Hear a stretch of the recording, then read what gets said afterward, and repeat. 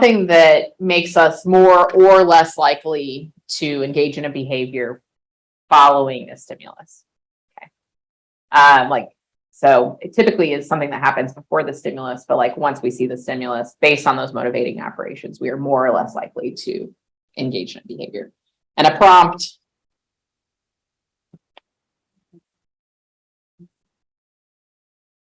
that encourages us to do something, right? Okay. All right, so stimulus control, full definition with lots of words that are very confusing. When specific stimuli in the environment reliably control the occurrence of behavior. So stop sign, stop most of the time, right? I mean, we've all had moments where we are driving and thinking and daydreaming, and we've run a stop sign or come really close and slammed on our brakes. Yes.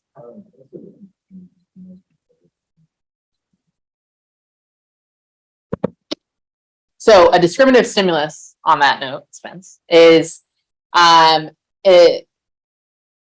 way to describe the actual stimulus. Okay, so the stimulus is referred to as a discriminative stimulus.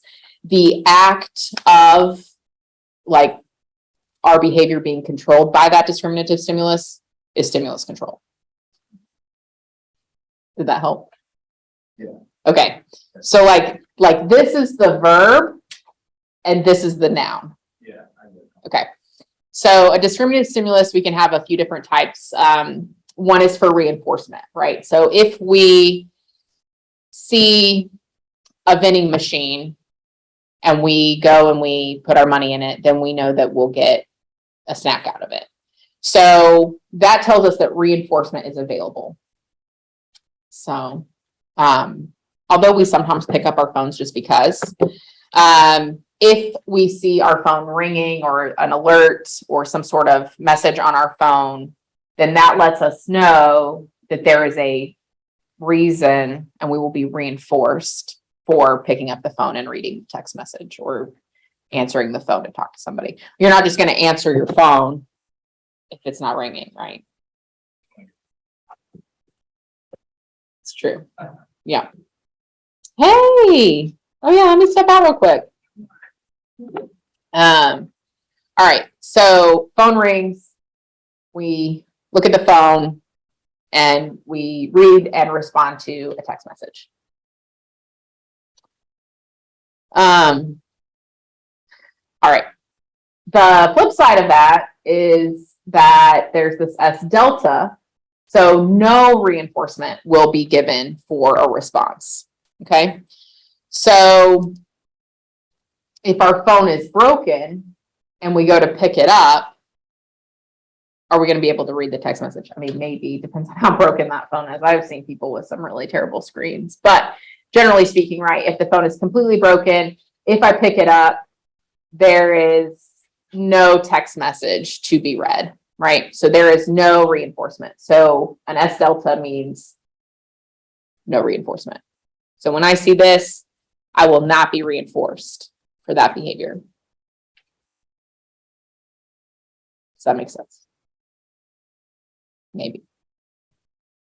So if you think about children in your house, if you have a mom and a dad, moms might be a discriminative stimulus for reinforcement, for attention, for like whining, crying, fussing behavior.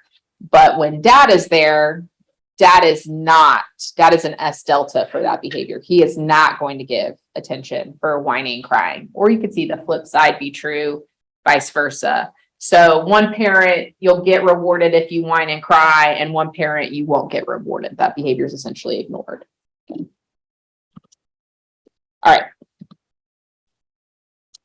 So we have reinforcement, so a discriminative stimulus for reinforcement, a discriminative stimulus delta, essentially there is no reinforcement or no punishment. Nothing will occur if I engage in this behavior. Or there is a discriminative stimulus for punishment. And so this indicates that if I see this, then punishment is available. And so this is like, I see a police car while I'm speeding. I now know that I could get a ticket for speeding, right? But if there's no police officer there, I can speed, no problem. Unless I see a sign that says like speed monitored by aircraft or something, right? So generally speaking, this would tell me that punishment is available. All right, so the teacher is there. Somebody needs to mute. The teacher is there. We look at our phone while the teacher's watching. I get my phone taken away, right? Or I get scolded for being on my phone or whatever it is. Okay. So 3 different things here. We have our SD, we have our S delta, and our SDP. And so we would engage in discrimination training of these things repeatedly to teach when we should and should not engage in a behavior. All right, so generally speaking, this is when we take that stimulus and then pair it with when you do this behavior, then this happens, right? And we do it over and over and over again until that stimuli has shown that it controls the behavior. Can you guys think of a real life example of when that has happened to you personally?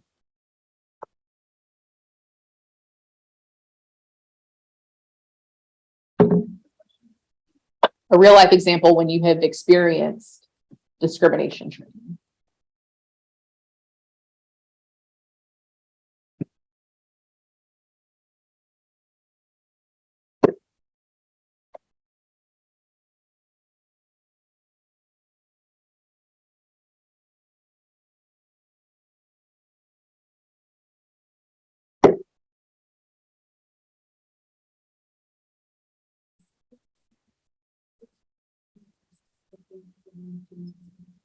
Mm-hmm.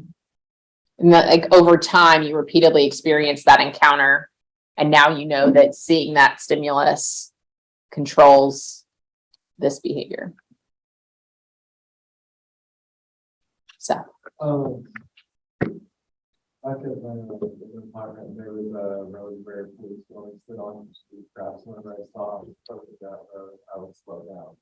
Yes, but at first you just would have sped right past, and over time you saw a lot of police officers there repeatedly.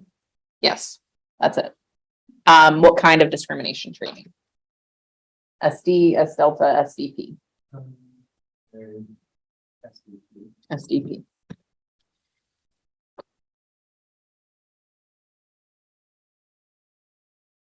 Anything else? Any other ones? Yeah.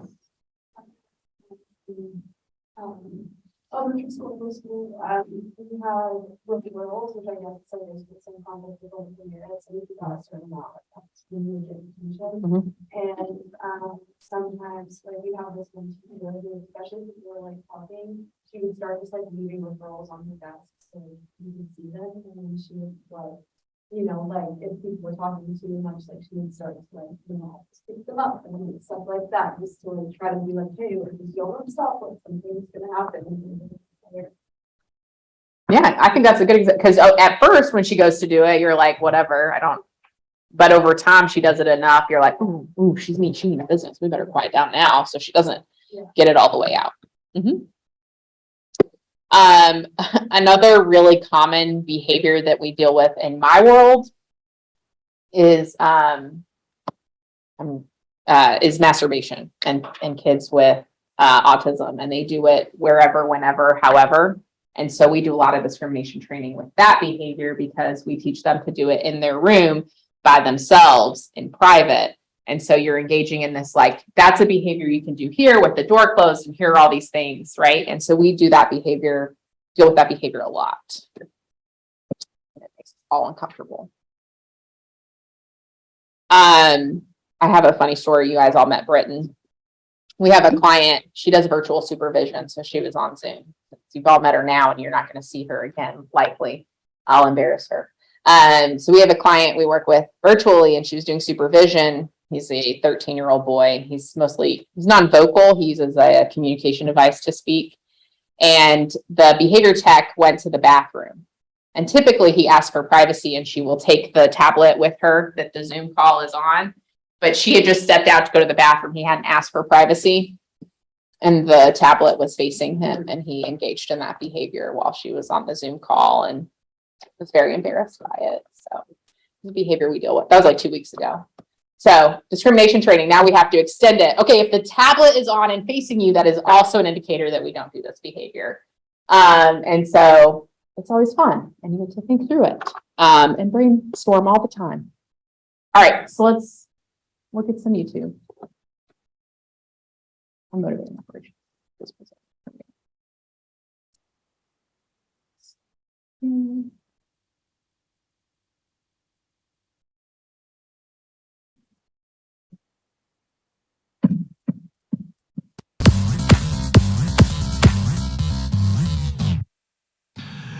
When you have an MO, it could be an EO or an AO, This is based on the experiences that you had, which increases the value or decreases the value of an SR.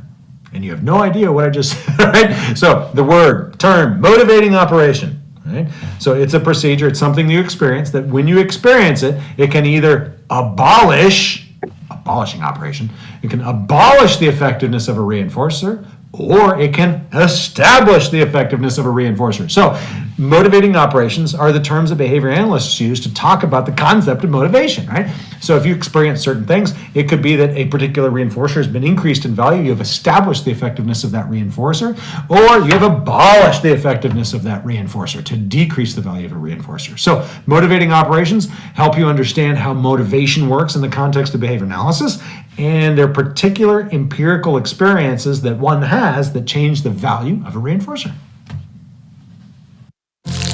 all right. Try So new Lindor almond. okay. He uses a lot of things, and I like that as an example of like how confusing that is. AO, EO, MO, right? It sounds like EIEIO, Old McDonald Had a Farm.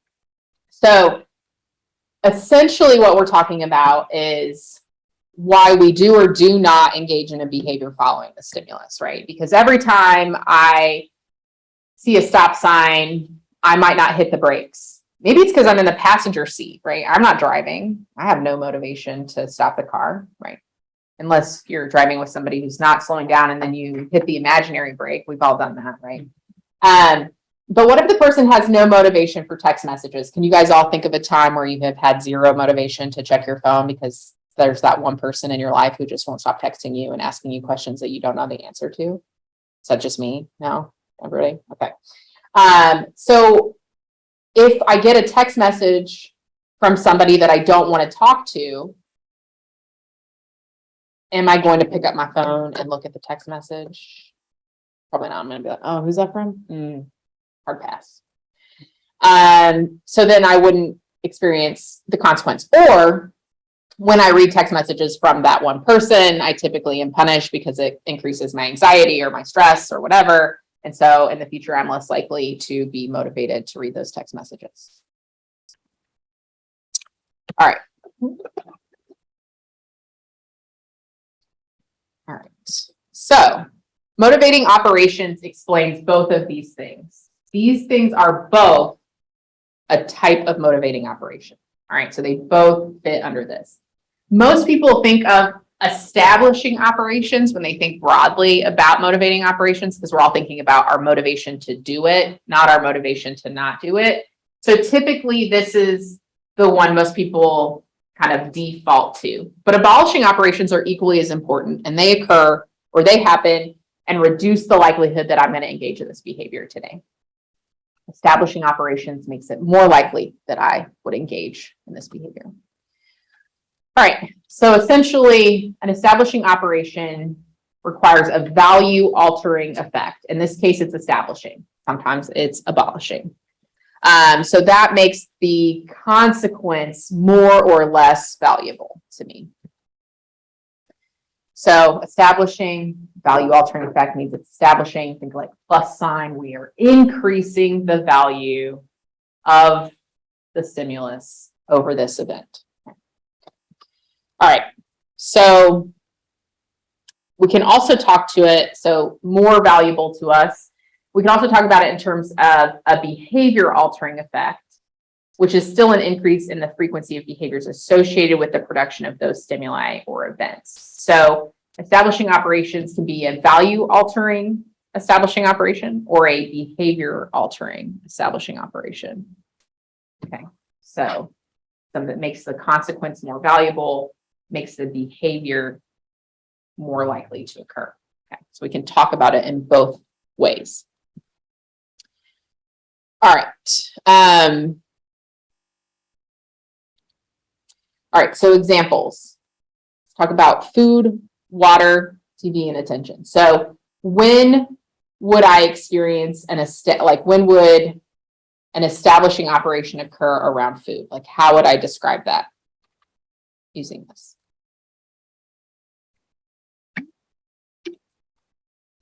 What would make food more or less valuable? In this case, we're talking about more valuable. So, You're hungry.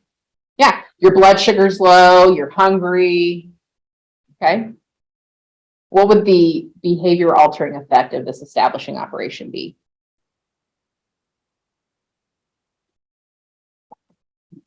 Maybe like being hangry. You might be hangry, but this is talking about like, I am more likely to engage in a behavior to seek food, right? I'm going to do a lot more things to seek food. I might skip class to go to McDonald's. You know, I might do a lot more things depending on how hungry I am. And the hungrier I am, the more likely I am to engage in a behavior to access food, right? And it might also make me hangry. A side effect of being hungry. Okay. How about for water? How would we view water in here?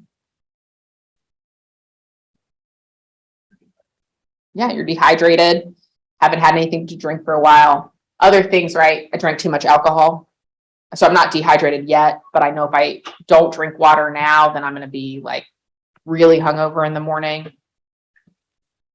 Coffee, if I drink too much coffee and I don't drink enough water to balance it, I'm going to get really jittery, right? So it's not just about being dehydrated. It's about other things that I maybe have consumed that need. Oh, I ate a lot of salty foods. Right. Okay. So I'm more likely to drink water. What about TV?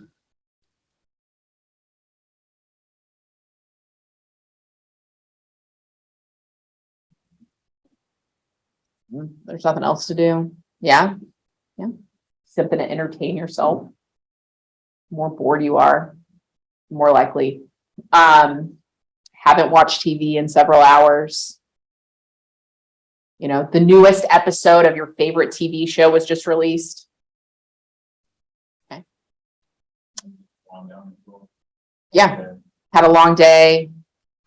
You're anxious. Or even like some people have like comfort shows they watch, right? When you've had a bad day and you just like need to watch an episode of something that you prefer to get your mind off of how terrible today was. And then what about like attention from others? What would make attention more valuable? Yeah, sorry. Yeah, I haven't talked to somebody in a while. Okay, loneliness. Yeah, feeling lonely.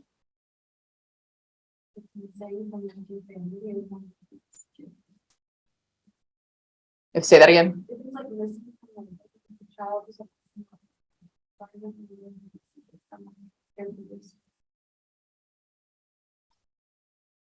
Brittany's at the window. Sorry.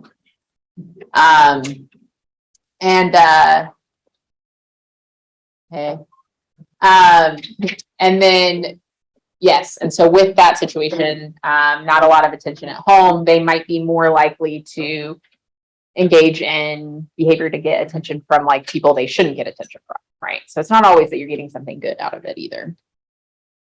Okay. So the flip side of that, right, would be the abolishing operation. So now we've decreased the value of a stimulus. And then we altered the behavior. Or we have a behavior altering effect. So less likely to engage in fill in the blank, right? So if we talk about it in terms of like food. We have this huge giant Thanksgiving meal and we are stuffed. And somebody's like, you want some pie? Okay. It's Thanksgiving, so we might all say yes. But generally speaking, what are you going to say?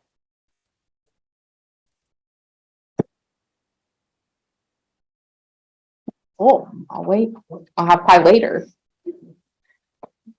Or you might eat the pie because it's Thanksgiving. But like generally speaking, after you've had a big meal and somebody offers you something to eat, generally, what would you say?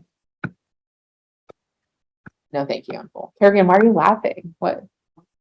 You're going to eat. All right, well, you're going to eat. So some of us might. Most of us would be like, maybe in a little bit. Let's digest this food and then I'll have some pie. Yeah. Yeah, just a small sliver, just a sliver, and then you always still get that giant piece of pie, and then somehow you eat it all. Yeah. Yeah. Right. What about for like water?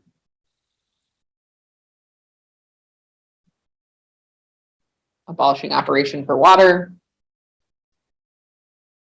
Yeah, you already drank like your whole bottle of water. You drink it all, it's all gone. I'm not thirsty anymore. Okay. Television.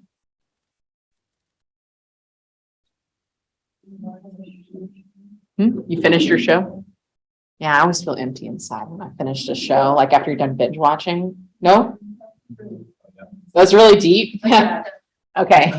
You know, everybody's felt that, right? Like when you finish a show, it's like I can't watch the last episode of Friends because then I'm like, oh, it's over. So I just go back to like season 3 or something. Just me. It's fine. All right. So TV, if we've binge watched, we might be less likely to need TV. Hopefully. What about, was the last one? Attention. Okay, but this is what would make it less likely for you to need attention. What would make attention from others less valuable, huh? When you have children, one day most of you will understand. Michelle gets it. She's on Zoom right now. She's nodding it. One day, some of you who have children will understand that when they need you constantly. If you're ever a boss of somebody and they need you constantly, it can wear you out. Huh? Yes. Yeah.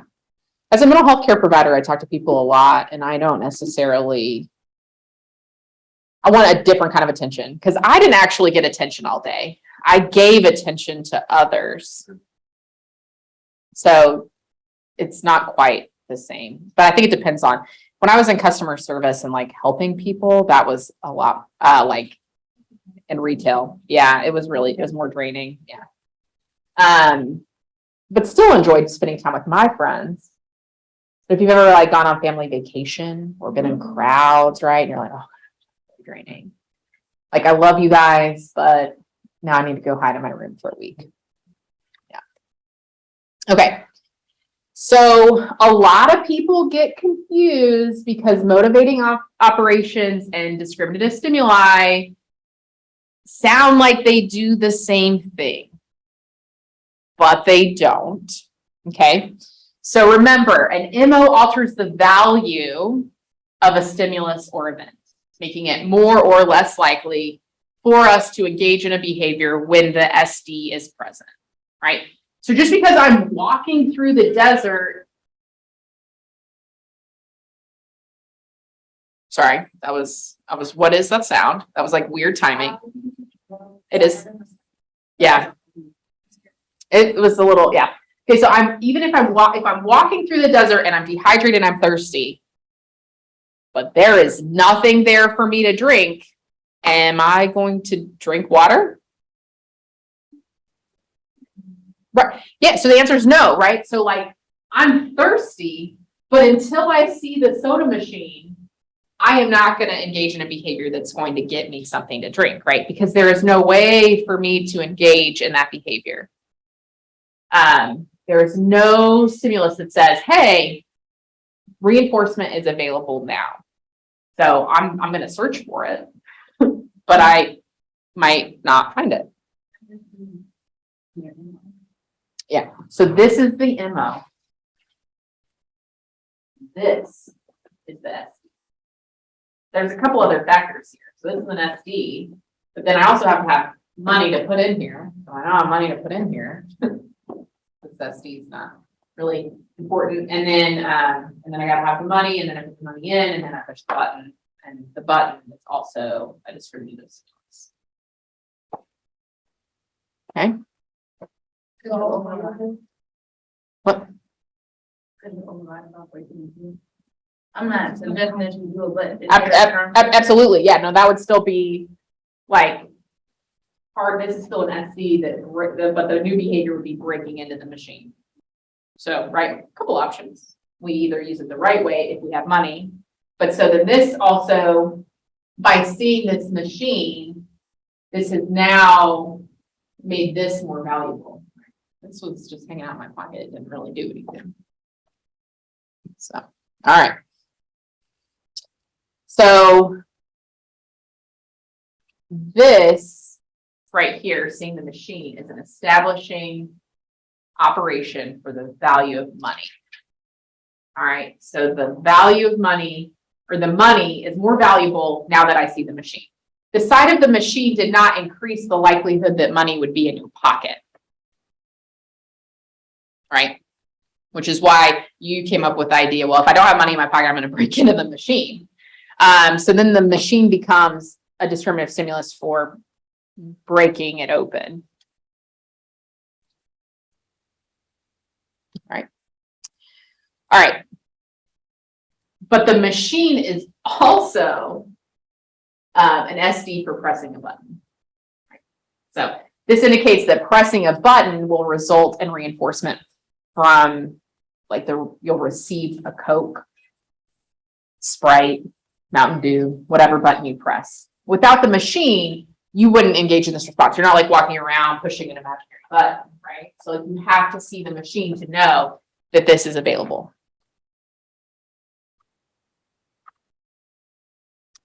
All right. So this is an establishing operation. This is both an establishing operation and a discriminative stimulus. Yes. Is there another way to understand? Okay. So if instead of walking through the desert before you saw this machine, okay, you were like swimming in a pool and you had been drinking water all day, then it would show me hanging out at the pool with my cup of water. And then I see this machine. This machine is still going to make my money more valuable because I have something to put it into to possibly purchase something. But it's not necessarily going to, it's still going to be a discriminative stimulus for this, but I'm not necessarily going to do it. So it'll be an abolishing operation because I don't really need it right now. Okay. So the confusing part is that this acts both as a motivating operation and as a discriminative stimulus. But you have to talk about it in which behavior and which thing is more likely to occur, or which thing is more or less valuable in the situation. Let me think of another like example.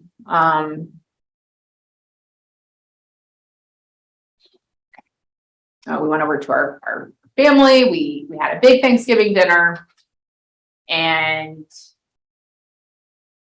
but they had all this food you didn't like, so you didn't actually eat anything, right? So you get in your car and you go home, didn't really eat anything, so you're starving, and you drive past, fill in your favorite fast food restaurant here. Yeah, you have your debit card in your wallet, so instead of change, you have your debit card. Your debit card is now more valuable to you. And the site of your favorite fast food restaurant indicates that you could go through that drive-through and order at that little machine box, right? And tell them what you wanted, because you're more likely to get food. Did that help? Okay. because your debit card was still in your wallet. It just wasn't needed, it wasn't valuable to you until you saw the fast food restaurant that you chose to stop at.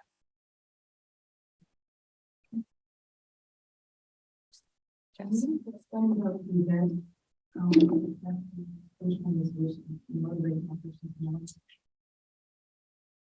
Okay, so the motivating operation or the establishing operation would be, I haven't had anything to eat for a while.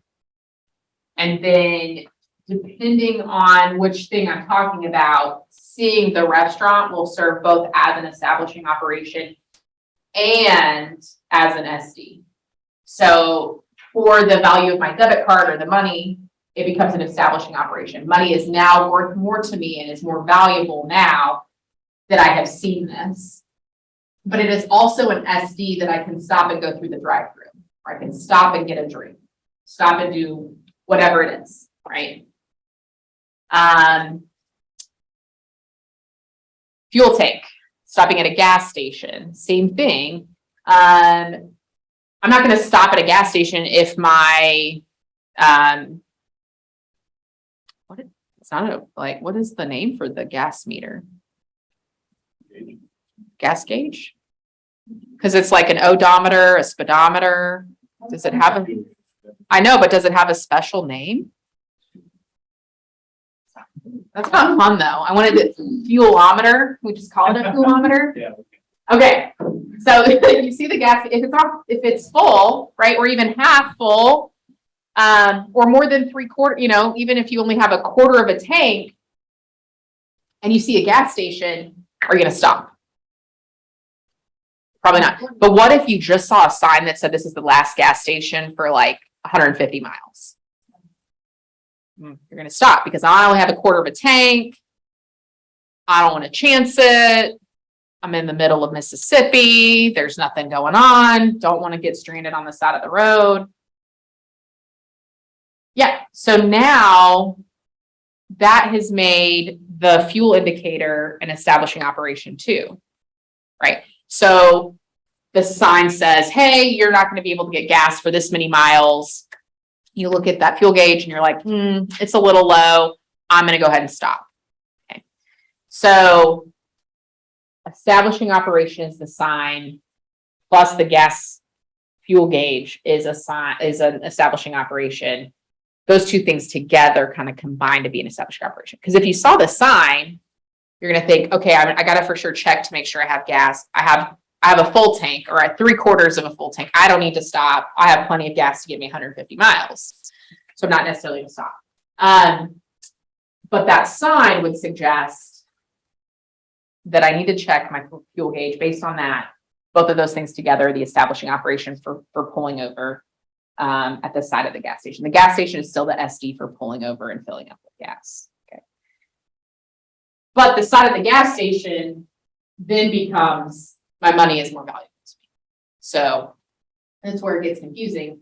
The thing that is an establishing operation or an SD can also be an establishing operation for the thing that's needed to make it possible for you to do the other thing. Right. So like without money, I generally can't get food. I mean, I could steal food. I could break into the vending machine, but then that's going to alter what behavior I have to engage in and then make punishment more possible. Now, I wouldn't likely punish somebody for breaking into a vending machine after walking through the desert and being super thirsty, right? It's where our levels of moral development come into play. You guys all remember that from Intro to Psych? Moral development? The hierarchy? Jazz is shaking. You guys sure you guys are psych majors? So,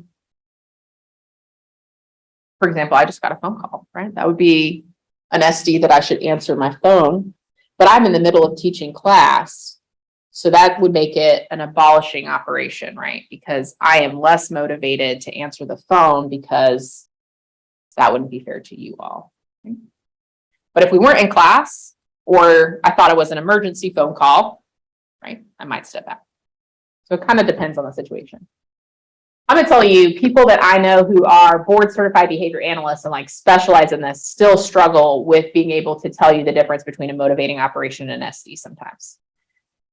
As undergrads, I do not expect you to fully comprehend or get it or be able to identify it in every situation. The moral of the story is that MOs are what occurs before we see an SD that tell us or indicate that a behavior is more or less likely to occur in sight of that SD or as delta or as punishment. So if I am driving my friend who's pregnant and she's about to deliver her baby and I don't want her to deliver the baby in my car and I see a police officer and I'm speeding, am I going to stop? No, because even though I saw that SDP, the police officer, there's something else that's motivating me to speed, right? That maybe is competing with that. So I'm going to continue to speed to get my friend to the hospital so that she doesn't deliver her baby on the side of the road. Had a friend deliver her baby in a gas station, right? So you're like, not going to pull over for people. We're just going to keep going. So it can happen. All right. That is it for today.